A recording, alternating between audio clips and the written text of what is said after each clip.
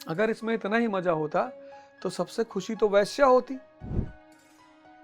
दिन भर कर रही है, वो तो रो रही है, वो तो रो रही है। ये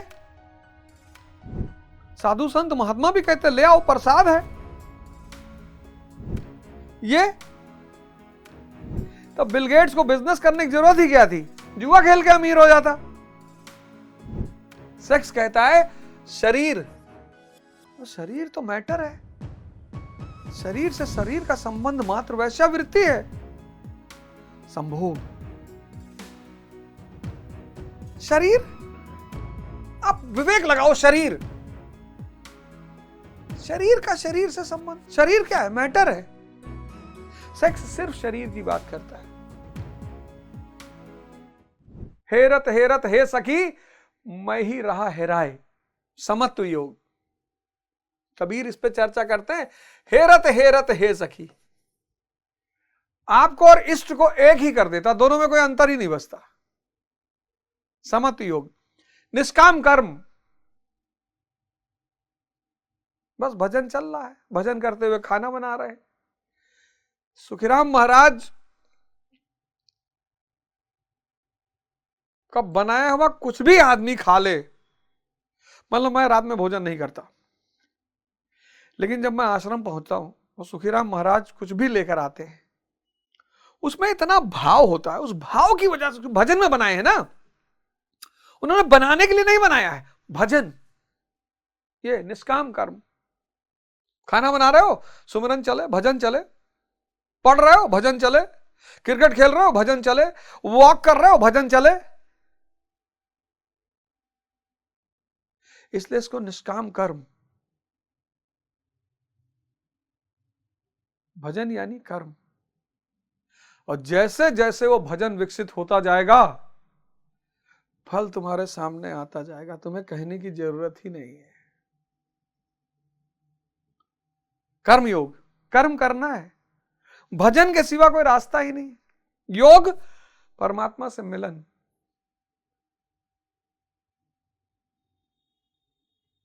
और या यूं कहें कि परमात्मा ही हो गए।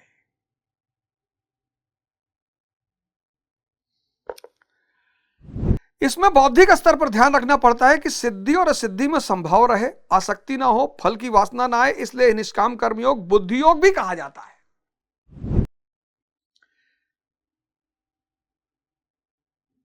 विवेक वही लाइट बनेगा, जितना सेवा करोगे उतना विवेक पैदा होगा।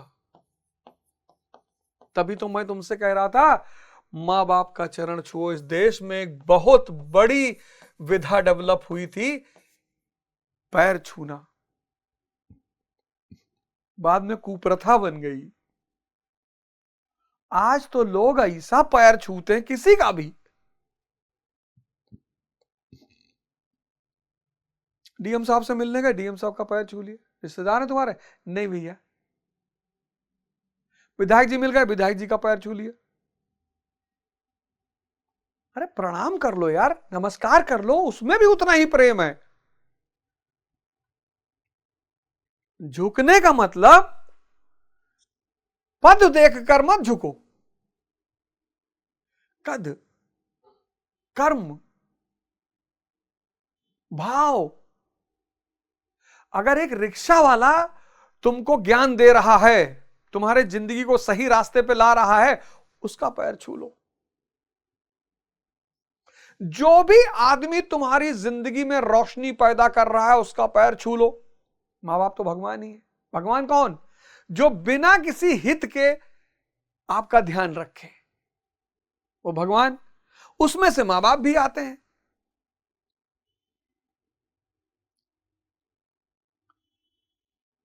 जितना सेवा करोगे उतना विवेक बढ़ता जाएगा। इसलिए जिसको भी दिक्कत हो रही है वो किसी ना किसी आश्रम से जुड़ जाएं, और कोई रास्ता है नहीं। गुरुद्वारे चले जाओ, आश्रम नहीं जा पा रहे हो, अपने अपने मोहल्ले के गुरुद्वारे में चले जाओ, झाड़ू लगाओ, पोछा लगाओ, लोगों को पानी पिलाओ, खाना खिलाओ, उनका वो जो। और ये मत सोचो ये सिखों का है, कोई धार्मिक स्थल किसी की बपौती नहीं है, सबकी है, मानवता की है। गुरुद्वारे चले आओ, वहां जूता उता जमा करते हैं, जूता लो, कागज कपड़े से साफ करो। मस्जिद चले आओ, झाड़ू लगा दो, पोछा लगा दो। नमाजी आते हैं, उसमें से कोई बुजुर्ग है, उसका हाथ पैर दबा दो। मंदिर चले आओ, चर्च चले आओ। तो सेवा करोगे, अहम घटेगा, अहम घटेगा, विवेक बढ़ेगा। और एक बात जो तुम्हारे अंदर मजबूत होने लगेगी वो ये है, सबसे बड़ी बात, कि मुसाफिर हैं यार, मुसाफिर हूं यारों, न घर है ना ठिकाना, हमें चलते जाना है, हाँ चलते जाना।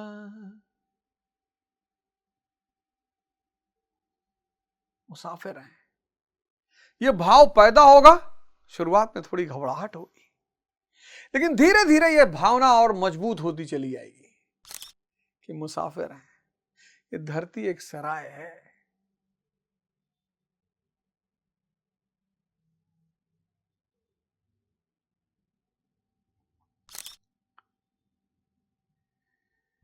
दूरणम हावरम कर्म बुद्धियोग धनंजय, बुद्धो शरणम मनविच्छ कृपणा फल हेतुआ। धनंजय, अवरम कर्म, निकृष्ट कर्म, वासना वाले कर्म बुद्धि योग से अत्यंत दूर हैं। सेक्स, आज का सबसे जलता हुआ टॉपिक। नशा, आज का सबसे जलता हुआ टॉपिक। जुआ, आज का सबसे जलता हुआ टॉपिक।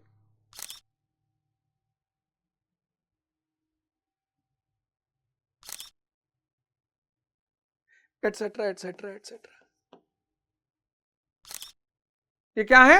ये अवरम कर्म है। संभोग और प्रेम की मैं चर्चा करूंगा। ये सेक्स कहता है शरीर,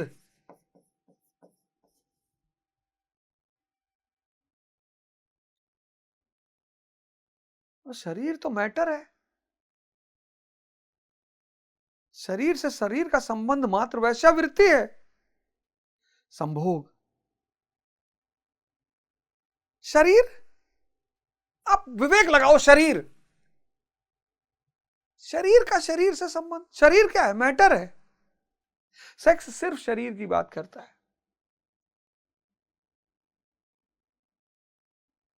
इसीलिए तो लोग शरीर के सौंदर्य को लेकर आज बहुत जागरूक हो गए। सब गोरा होना चाह रहे हैं, सब आकर्षित दिखना चाह रहे हैं। साफ सुथरा रहो। संभोग प्रेम है, दो चेतनाओं का संबंध था। संभोग और प्रेम बड़ी अजीब स्थिति है। ये मरे जा रहे हैं लोग। ये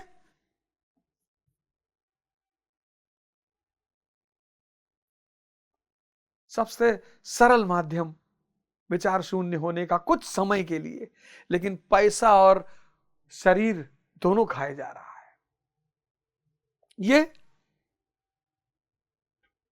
ये अवरम कर्म है। अवरम, अवरम कर्म, अवरम कर्म, निकृष्ट कर्म,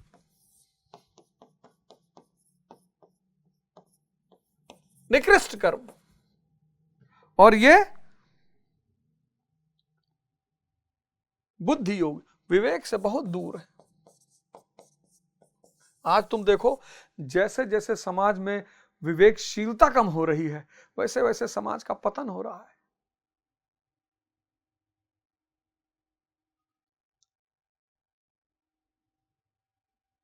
ये देखो, अवरम कर्म। अगर इसमें इतना ही मजा होता तो सबसे खुशी तो वैश्या होती। दिन भर कर रही हो तो रो रही है।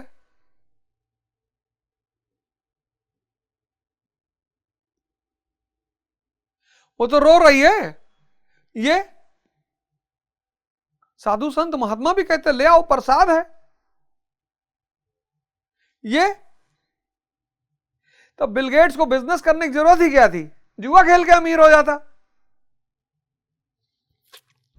वे आत्मा के साथ उदारता नहीं बरतते, अतः समत्व बुद्धि योग का आश्रय ग्रहण कर बुद्धि विवेक को जिंदा कर। जैसी कामना है वैसा मिल भी जाए तो उसे भोगने के लिए शरीर धारण करना पड़ेगा। कितनी बड़ी बात है, कामना अगर है तो शरीर भी होगा, और शरीर मतलब बंधन है? आवागमन बना है तो कल्याण कैसा। साधक को तो मोक्ष की भी वासना नहीं रखनी चाहिए, क्योंकि वासनाओं से मुक्त होना ही तो मोक्ष है। फल की प्राप्ति का चिंतन करने से साधक का समय व्यर्थ नष्ट हो जाता है, और फल प्राप्त होने पर वह उसी फल में उलझ जाता है, उसकी साधना समाप्त हो जाती है। आगे वह भजन क्यों करे, वहां से वह भटक जाता है। इसलिए समत्व बुद्धि से योग का आचरण करें।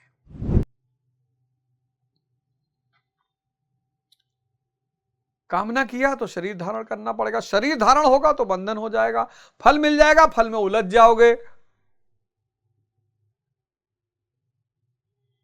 फल में उलझे सब खत्म। ज्ञान मार्ग को भी श्री कृष्ण ने बुद्धि योग कहा था कि अर्जुन, यह बुद्धि तेरे लिए ज्ञान योग के विषय में कही गई, और यहां निष्काम कर्म योग को भी बुद्धि योग कहा गया है। वस्तुतः दोनों में बुद्धि का दृष्टिकोण का ही अंतर है, चर्चा कर चुके हम इस पे। उसमें लाभ हानि का रिकॉर्ड रखकर उसे जांच कर चलना पड़ता है, इसमें बौद्धिक स्तर पर समत्व बनाए रखना पड़ता है, इसलिए समत्व बुद्धि योग भी कहा जाता है। इसलिए धनंजय, तू समत्व बुद्धि योग का आश्रय ग्रहण कर विवेक, क्योंकि फल की वासना वाले अत्यंत कृपण है।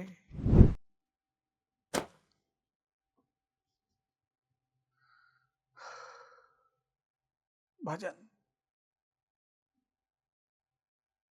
भजन भजन बढ़ाते चले जाओ, और जो भगवान दे रहा है उस भजन का जो परिणाम आ रहा है उसका शुक्रिया कहते चले जाओ। रुको मत। समुद्र मंथन होगा तो पता नहीं क्या क्या निकलेगा, अमृत सबसे अंत में निकलेगा। ऐसा जब भजन बढ़ेगा, जैसे ही भजन बढ़ेगा ऐरावत हाथी निकलेगा, कौस्तुभ मणि निकलेगी, आदमी कहीं ना कहीं रुक जाता है। जैसे ही भजन बढ़ेगा, भजन शुरू होगा तो पहले विष निकलेगा, फिर जब विष सारा निकल जाएगा तब ऐरावत हाथी निकलेगा, उराश्रो घोड़ा निकलेगा, कौस्तुभ मणि निकलेगी, उर्वशी निकलेंगी। आधा ज्यादा लोग वहीं रुक जाते हैं। लक्ष्मी जी निकलेंगी, और अंततः अमृत, वो अमर तत्व आत्मा असीमित है, अनंत है, अनित्य है, अनिष्ट है।